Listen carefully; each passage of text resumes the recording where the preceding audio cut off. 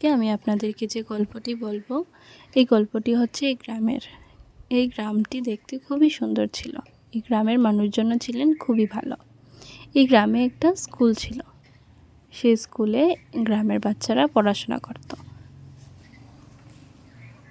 একদিন এই গ্রামের স্কুলে একজন নতুন শিক্ষিকা আসেন।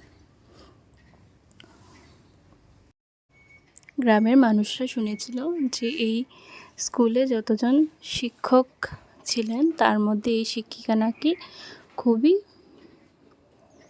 ভালো পড়ান। উনি আগে যে স্কুলগুলিতে ছিলেন ওই স্কুলের সব ছাত্ররাই ভালো নাম্বার পেয়ে পাশ করত। এই শুনে গ্রামবাসী তো খুবই খুশি। একজন গ্রামের লোক আরেকজন গ্রামের লোককে বলছে যে, দাদা, আমাদের গ্রামে তো একজন ভালো শিক্ষিকা এসেছেন। আমি ভাবছি এখন গিয়ে ম্যাডামের সাথে কথা বলবো, যাতে উনি আমার মেয়েকে টিউশন পড়ান। তারা গিয়ে সেই ম্যাডামের সাথে কথা বলেন যে, আপনি আমাদের ছেলে মেয়েকে একটু পড়াবেন? আসলে এই গ্রামে এমন কোনো ভালো শিক্ষক নেই যার কাছে আমাদের ছেলে মেয়ে টিউশন পড়তে পারেন। আপনি যখন এখানেই থাকেন, তাহলে আপনি আমাদের ছেলে মেয়েকে একটু পড়ান। তখন শিক্ষিকাও রাজি হয়ে যায় পড়ানোর জন্য। তারপর গ্রামের মানুষের মতনই চলাফেরা করতে থাকে। তারা যে যেরকম ছিল এইভাবেই চলছিল। গ্রামের ছেলেমেয়েরা ম্যাডামের কাছে পড়তে যেত, আর নতুন ম্যাডাম পেয়ে গ্রামের লোকজনও খুব খুশি ছিলেন। এখন তাদের ছেলে মেয়ে একটু ভালোভাবে পড়াশোনা করতে পারবে।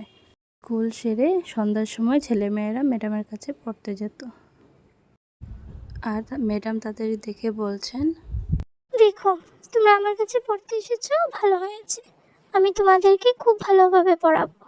কিন্তু হ্যাঁ, আমি যা বলবো, যেভাবে পড়াবো সেইভাবেই পড়তে হবে।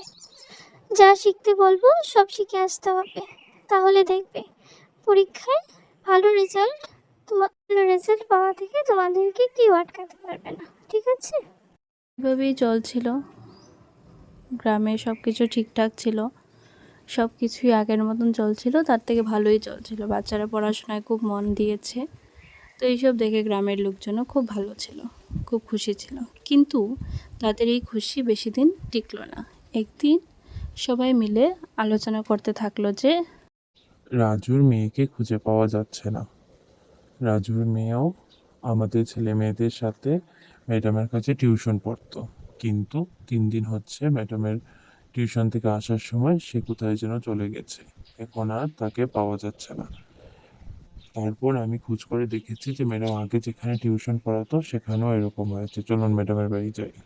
সবাই ম্যাডামের বাড়ি চলে আসে এবং ম্যাডামের কাছে কৈফিয়ত চাইতে লাগে। তখন ম্যাডাম বলে, আমি কি বলবো, রাজুর মেয়ে কোথায়? সেদিন পড়া পারেনি বলে একটু বকেছিলাম, তারপর থেকে তো আর পড়াতেও আসছে না। গ্রামের একজন বলতে থাকে, ম্যাডাম, আমরা আপনাকে দেখে আমাদের বাচ্চাকে এখানে পড়াতে দিয়েছি, কিন্তু এখন দেখছি আমাদের বাচ্চাদেরকেই পাওয়া যাচ্ছে না। যদি কালকের মধ্যে আমরা আমাদের বাচ্চাকে খুঁজে না পাই, তাহলে আপনার একদিন কি আমাদের একদিন। আপনাকে আমরা ছাড়বো না, পুলিশের কাছে দিয়েই ছাড়বো। আপনি কি ভেবেছেন আপনার যা মর্জি আপনি তাই করবেন? আমরা আগেও খবর নিয়ে দেখেছি যে আপনি আগেও আপনার টিউশন থেকে 2টো বাচ্চাকে উধাও করে দিয়েছেন। এবার দেখবেন আপনার কি হয়। ম্যাডাম বলে, ওদের হুমকিতে আমি ভয় পাই না, কারণ আমি কোনো ভুল করিনি। আমি যদি কোনো ভুল করতাম তাহলে আমি সত্যি সত্যি বলে দিতাম। এখন যান আপনারা এখান থেকে, আমি কিছুই করিনি। আপনারা আপনাদের বাচ্চাকে খুঁজুন। তখন গ্রামের মানুষরা প্ল্যান করে যে তারা ম্যাডামের বাড়ির পাশে পাহারা দেবে এবং দেখবে রাত্রের বেলা কী হয়, কারণ আজকেও তার অনেক স্টুডেন্ট আছে, স্টুডেন্টরা আসবে পড়তে। তখন তারা সেখানে পাহারা দিয়ে দেখবে যে কি করে ম্যাডাম তাদের সাথে। তারপর যেমন ভাবনা তেমন কাজ। তারাও ম্যাডামের বাড়ির সামনে পিছন দিকে একটা গাছের পিছনে লুকিয়ে থাকে এবং দাঁড়িয়ে দাঁড়িয়ে দেখতে থাকে যে কি হয়। তখন তারা দুজন গাছের পিছনে লুকিয়ে দাঁড়িয়ে থাকে এবং কিছুই তেমন দেখতে পায় না, এবং তারা বলে যে ধুর, আমরা হয়তো শুধু শুধু এখানে গাছের নিচে বসে আছি, কিছুই তো নেই। এসব তারা বলতে থাকে। সেই সময় তারা দেখতে পায় যে এক ডাইনি এসেছে এবং সেই ডাইনিটা ম্যাডামের ঘরে চলে গেল। তারপর সকাল হয়ে যায় এবং তারা তখন রাত্রেবেলা সাহস করে ম্যাডামের বাড়িতে যায় না, কারণ যে জায়গায় ম্যাডামের বাড়িতে এক ডাইনি গেছে, তারা তখন এই সাহস করতে পারেনি। তারা ভাবে যে না, সকাল হোক তারপর যাব। তারপর সকাল হলো এবং সব গ্রামবাসী মিলে লাঠি ঠেঙা নিয়ে ম্যাডামের বাড়িতে গিয়ে উপস্থিত হয়। তখন তারা বলতে থাকে যে ভালোভাবে বলুন ম্যাডাম, কে আপনি? আপনি এক ডাইনি তাই না? দেখেছি আমি রাত্রেবেলা আপনার ঘরে এক ডাইনি ঢুকছে। এটা কি অন্য কোনো ডাইনি, না আপনি ডাইনি সেজে বেড়ান? আপনি কি তাহলে মানুষ নন? আপনি কি তাহলে একটা ডাইনি? আপনার সত্যি এখন বেরিয়ে গেছে, সত্যি করে বলুন, না হলে আজকে এই ব্যাট দিয়ে আপনাদেরকে পিটিয়ে শেষ করে দেব।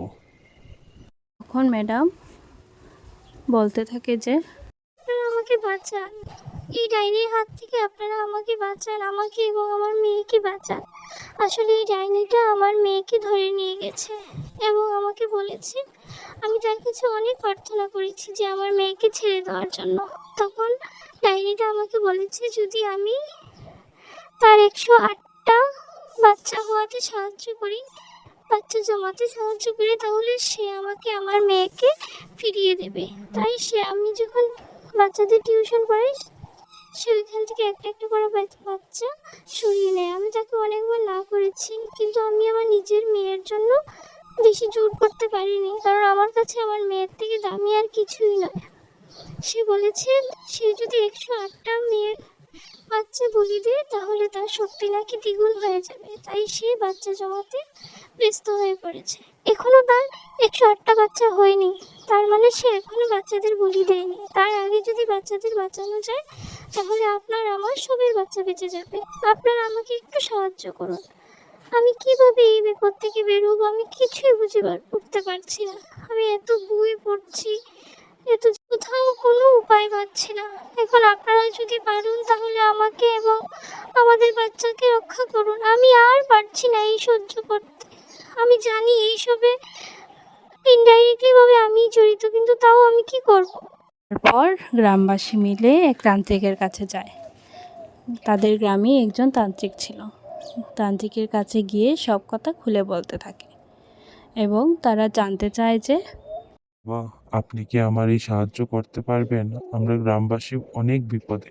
যদি আপনি আমাদের এই সাহায্যটা করতে পারেন তাহলে আমাদের অনেক উপকার হয়। আপনি একটু দয়া করুন বাবা, একটু দয়া করুন। তাতে তান্ত্রিক রাজি হয়ে যায় তাদের সাহায্য করার জন্য। তারপর আর কি, তারপর তান্ত্রিক তাদের সঙ্গে যায়, গিয়ে দেখতে চায় যে ওই বাড়িটা কেমন এবং ওই বাড়িতে যে ডাইনিটা আসে সে সেটাকেও দেখতে চায়। তারপর তারা নিয়ে যায় তান্ত্রিককে ম্যাডামের বাড়ি এবং ম্যাডামকে গিয়ে বলতে থাকে যে ম্যাডাম, আজকে এই বাবা আপনার বাড়িতে থাকবেন এবং উনি ডাইনি আসলে সেটার সঙ্গে লড়াই করবেন। আপনি এখন তান্ত্রিক বাবার সাথে সব কিছু খুলে বলুন, কিভাবে কি হয়েছিল। আমরা এখন আসছি। গ্রামবাসী চলে যায় তাদের বাড়িতে। আস্তে আস্তে রাত্র হয়ে যায় এবং তান্ত্রিক এবং সেই ম্যাডাম মিলে ডাইনির অপেক্ষা করতে থাকে, কারণ আজকে ডাইনি আসার কথা ছিল। তাই তারা রাত্রিবেলা অপেক্ষা করতে থাকে ডাইনির জন্য। এদিকে রাত্র ঘনিয়ে আসছে, ডাইনি আসার নাম নেই, কিন্তু সে এখন চলে আসবে তারা বুঝতে পারছে।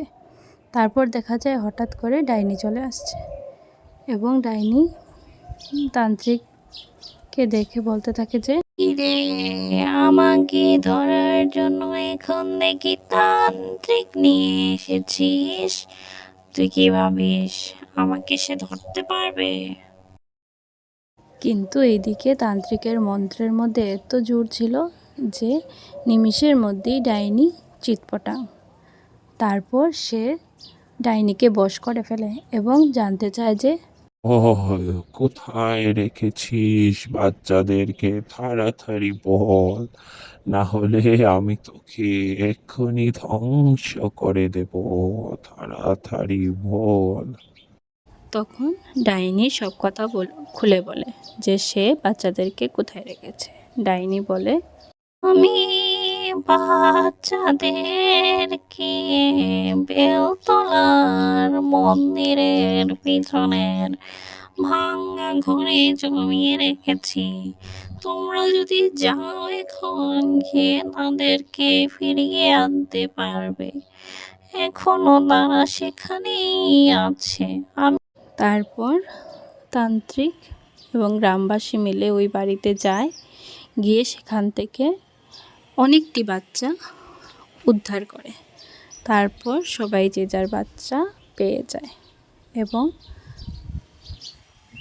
তারা আবার আগের মতো সুখে শান্তিতে থাকতে শুরু করে। এই অন্ধকার রাত কেটে যাওয়ার পরে যে সকালটা আসে তাদের জীবনে, সেটা ছিল খুবই সুন্দর সকাল, সব আগের মতন।